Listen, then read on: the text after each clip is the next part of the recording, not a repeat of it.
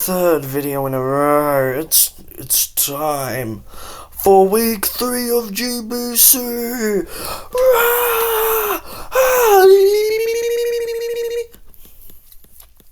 Guys, I don't need an autism diagnosis. Stop it. I know you're all thinking it. But I swear I don't have autism. I probably have autism. Week 3 of GBC, guys. We're here. I play Pokemon. I've so got autism, man. Anyways, this week we're playing against Joekimbo. And this one was interesting because we're versing like a rain team that doesn't have rain because it's low tier. And having rain is very, very difficult. So, going into this battle, really, I noticed that, like, my offense was pretty good, and their offense was pretty good. And that's gonna happen most weeks. I have no tanks. I'm never gonna have, like, good resistances to things. And when you have a team of nothing but fucking offense, I'd hope that my opponent can't just take everything that I throw at them as well. So I'm saying that like it's some crazy revelation, and to me it is. To me it is, because usually I play very balanced teams with tanks and a bit of offense, and sometimes I have games where like I just can't break through, and you have to figure out ways around that. And sometimes I have games where I just can't tank, and I need to figure out games around that. But for the most part, I feel like I have answers. So it is very new to me, going into every single week, and it's like, oh, my opponent can't take me, and I can't take them either. But regardless, we're here, we're in this bitch, and we are going to win, of course, because we always win, because I am the best. So let's have a look. I don't have the matchup on hand, again, of course. Shut up! We're starting with the Whimsicott. I got balls in your jaws. So at first I had Moonblast, Giga Drain, U-Turn, Defog. The main point of this thing is be able to switch into Floatzel or Chloritza. Just once, really. Take the hit and then be able to Giga Drain back. Running an item for this thing was really difficult. A part of me wanted to run a big root, so that I could like get as much health back from Giga Drain as possible, but I realized just running the Citrus Berry is probably better. It's more guaranteed HP. Defog, again, my opponent had really good like hazard stack options, so I just wanted to prevent that from happening to me. And then Memento as well. If Whimsicott's low, it's not really having much more of an impact in the game. Just to be able to ensure that I get that, like, hindrance on my opponent, that's a very good thing for me. That's something that I definitely want. So, there's a Whimsicott set. Pretty simple, pretty standard. Hopefully it has more impact than it did last week. It did absolutely nothing last week. It didn't even counter, like, the one thing that it was made to counter. So, you know, I'm starting to think Whimsicott might not be my kind of Pokemon, but we thug it out. We don't do transactions around here. Well, we do if they're bad, but for now we're gonna stick with the Whimsicott. Next up we have Drampa. We have the debutante. So something I noticed about Drampa is my opponent just can't take a hit from Hyper Voice and Flamethrower. Like, those two moves just absolutely run through my opponent like a train. And Drampa's special attack is absolutely insane. But I also noticed that my opponent's special threats kind of struggled against Drampa. Like, they could run Focus Blast, but outside of that, you have the Heliolisk, which kind of struggles. You have the, Galarian Articuno, which maybe can set up like a bunch of Calm Minds and then go crazy, but if that is the case, we have the Roar, so we can just kick them out if they think they can just Calm Mind spam against me. And to be honest, they'll probably be a bit scared, because I think Drampa gets like Thunderbolt or something as well. Trying to think what other special attackers were there. And the Chloritza, which again, you can run Ice Beam, but running Aura Sphere just does more damage. So Choppleberry seemed very reasonable as an item. And again, nothing there wants to take a Hyper Voice. I'm trying to think who was weak to Flamethrower. Heliolisk is, of course, because of dry skin. But yeah, I think Hyper Voice might still do more anyways. No, I don't remember. And then Roost, of course, so we can heal ourselves. So that's a pretty simple Drampa set. It's good offense and bulk at the same time, which is very good, very good. Happy to see that. Next up, the Magmortar. This is a very fun Magmortar set. Very, very fun Magmortar set. So, you might be thinking, what the fuck is taking a hit from... What the fuck kind of super effective attack is Magmortar taking, you ask? Well, young Padawan, Magmortar gets to click Flame Charge against something like an Escavalier, right? An Escavalier. What else might want to switch out? Maybe a Articuno, depending on the set. Just something like that. Something slow that doesn't do too much damage to Magmortar. They might want to switch out on my Flame Charge. Whether they'd go straight into Floatzel, I don't know. But if Magmortar gets off that Flame Charge, well, it's going to be faster than everything. So unless we see a Scarfed... well, Scarf Articuno is not going to one-hit KO me, but like maybe that's the thought process that they could do. Scarf Overquill as well would be faster than me. Scarf Heliolisk is faster than me, so the Scarfers are faster than me, so what? If they don't have an available Scarfer, the only thing they're doing is Aqua Jet from Floatzel. This thing lives a Choice Banded Aqua Jet with its 96 HP, and Lord forbid they let me get Aqua Jetted, because this thing is sweeping. There is nothing my opponent can do. Flamethrower and Thunderbolt will one-hit KO every single thing on this team if my opponent lets me get that off. And then Scorching Sands is basically filler. There's nothing Scorching Sands is there for. I think that's for style points against, like, something. Heliolisk, I think. I can style point on the Heliolisk just because. But moving on. Now, last week I kind of fucked up with my lead. I didn't really have a lead. This week I wanted to make sure that I had it. And from the matchup, I could tell Sharpedo was good. I could tell it had the potential to do a lot of damage. But I just couldn't figure out how. Because it didn't, like, one-hit KO anything. It can't set up. And it's, like, maybe it can pivot around. But even then, I'm like, do I really want to do that? I could have. But then I was like, I need a lead. I don't have a lead. Enter the Focus Sash Sharpedo. So we can protect to get our speed boosting up, which means I will outspeed all kinds of Scarfers, other than Heliolisk, really. Heliolisk is the only thing I really need to be concerned about, as an opposing lead. Then we have the Floatzel, which I just crunch it. Nothing on this team really wants to take the combination of Crunch and Earthquake. So I can lead with this and just kind of spam those moves. And then, when my opponent is ready to get their kill, I'll just click Destiny Bond and pick up another kill. Or pick up my only kill, maybe, but God forbid I'm going to be doing a hell of a lot of damage before that point happens. I ain't just gonna die. Or at least I hope not. At the very least, I'm going to be putting on a big chunk of damage to at least one Pokemon. And that's really what I want to do with my leads. Even though they're probably going to be sacrificed, I want them to be able to put a bunch of pressure on my opponent early and be able to get me into the front foot.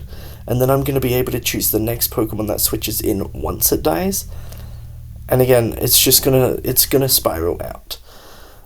So we have our first 4 Pokemon, and they all fit a very specific role. We have a late game sweeper, we have a special tank, a utility, and a lead. So I feel like we need a nice, general, mid-game damage doer. And, I mean, this thing... Enter Braviary. Now, Braviary does kind of have a sweeper set with the agility, but it doesn't need to, because Sheer Forced Hurricane is just doing immense damage to absolutely anything. I don't think there's really anything that's taking that. Like, even Heliolisk is going to get absolutely sent to the Shadow Realm by that. And if I do get off that agility, well, I hope Heliolisk is ready to get heat waved instead, so... meh. But yeah, if Braviary sets up an agility, it is going to be extremely difficult for my opponent to stop that. In fact, I don't know if they even can. I guess Articuno can maybe take a hit if it's like got good special bulk, but other than that, good luck. But even without agility, this is just like a nice mid-game Pokemon that'll just do a lot of damage. And then we have Sillycock again. Running a very similar set to last time. This time I have the Pasho Berry, so that if Floatzel or Chloritza think that, or even Heliolisk with Surf, think that they're going to be able to get the quick 1-up on me with a bunch of damage, I'm going to prevent that, and I'm going to be able to just click Earthquake against them and do probably a lot of damage. I don't think any of them really want to take an Earthquake, especially not that Heliolisk. Then I have Stone Edge for the Articuno, Scale Shot to boost my speed up against something, and Coil as well, just to get the damage. What am I going to be able to set up against?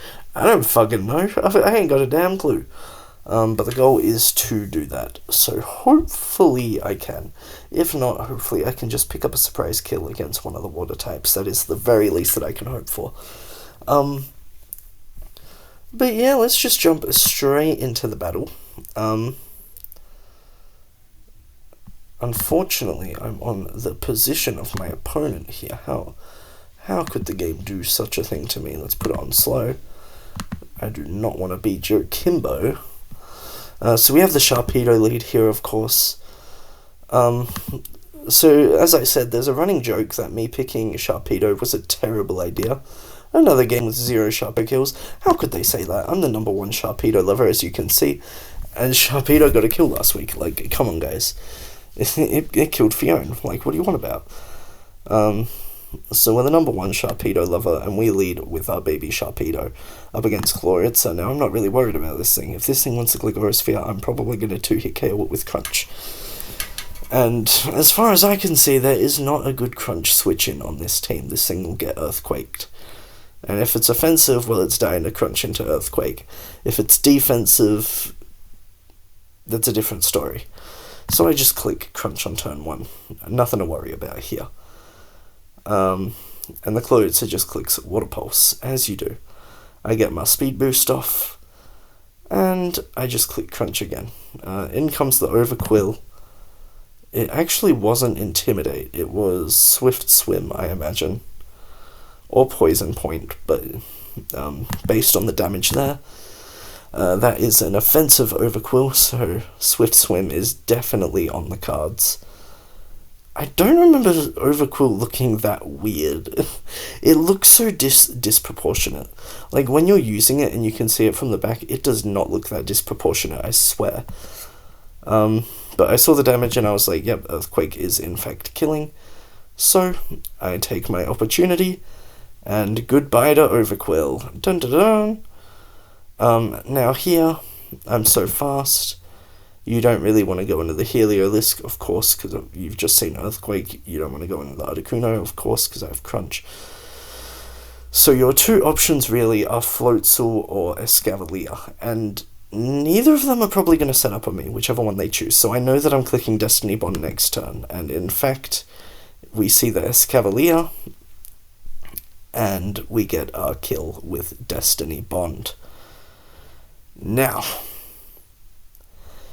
you can see, just 4 turns into the battle, I've picked up 2 kills, and Sharpedo's died as it was supposed to do. But I just have an immense lead. Overquill's gone, Escavalier is gone, both of those were big threats to me. And really, all I need to do now is just throw things at my opponent. Like, even the Chloritz is at half health. If I just keep throwing things at my opponent, like if Sandaconda gets off a Scale Shot, it wins the game, by the way. If Magmortar gets off its weakness policy, it wins the game. If Floatzel goes down, Drampa wins this game. If Braviary clicks agility, it wins the game. So I have like 4 different ways to just break through my opponent in like half a second. The only thing I'm like super duper worried about is like the Articuno getting out of control. But other than that, I should have this game in the bag from like turn 4. And it's really just because of that lead setup. It shows how important having a good lead for your battle is. Like last week I was scrambling off of turn 1 because of my poor lead choice. This week I am so far ahead that I basically can't lose. It would take a miracle for me to lose this game at this point.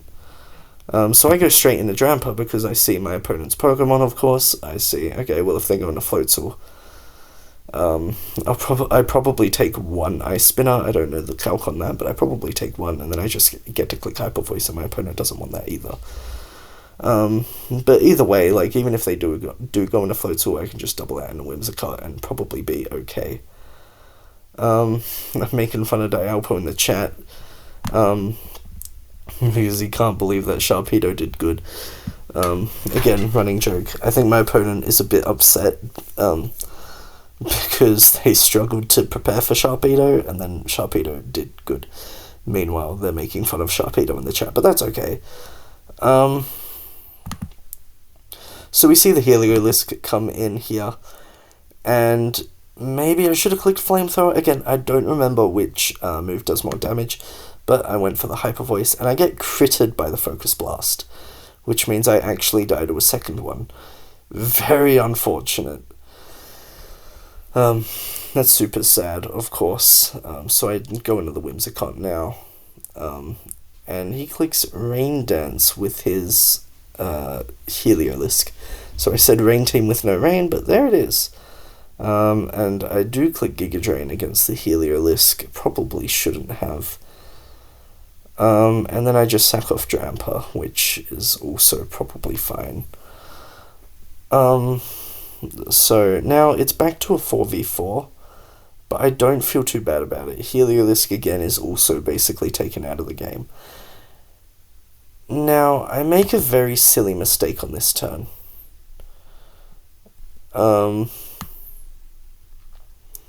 So on this turn you can see that I click Giga Drain and then hard switch into Drampa. I don't click U-turn because I'm worried about Scarfed Articuno.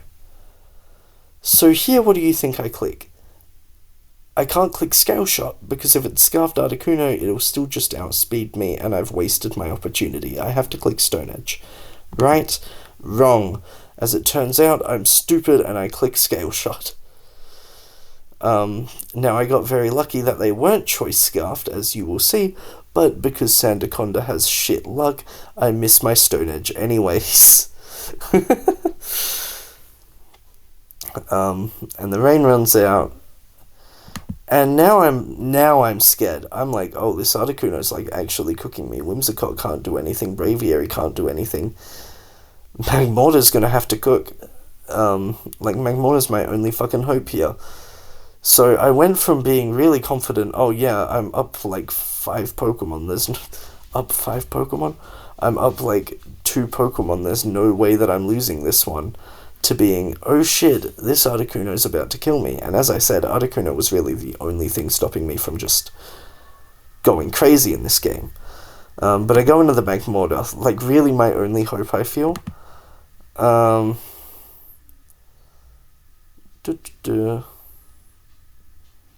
Nothing interesting in the chat. So I click Flame Charge because that's like my whole thing. I was actually faster than the Articuno, and I'm a modest one. I'm a modest Magmortar, so that thing had to be like fully defensive. I've only just noticed that. And he just clicks U-turn. Now, luckily for me, I actually live Floatzel, Banded, Aquajet, even after the U-turn. So I get my sweep on, and we kill the Floatzel, and at this point I know that I've won. There is nothing my opponent can do unless they're running some weird-ass fucking quick attack Heliolisk. There's no priority, there's no issues. This is going to be a 3-0. My opponent knows it too, and I believe they forfeit after I kill the Articuno. Magmortar, I hardly know her. And I nicknamed my Pokemon wrong, but it doesn't matter, we get the win. So now we're 3-0 with a 3-0 under our belt, a second 3-0 under our belt. I'm counting that first one. I won that game fair and square. But yeah, another battle down, another day one. GG's to Joekimbo. Magmortar picking up some kills there. Magmortar picking up a good chunk of kills. Would have been 4. So we have, what's that? Braviary on 3 kills, Sharpedo on 3 kills, and Magmortar on 5 kills. Very nice stuff. But anyways, thank you for watching my first few games. I love to never upload another video until the next Draft League I do, as I tend to do. But yeah, thank you all very much for watching. Hopefully everything is okay with the audio and video quality, because I have not checked. I am a bad video maker. I'm just here, man. I'm here for the vibes. And yeah, thank you for watching. I love you all. Goodbye.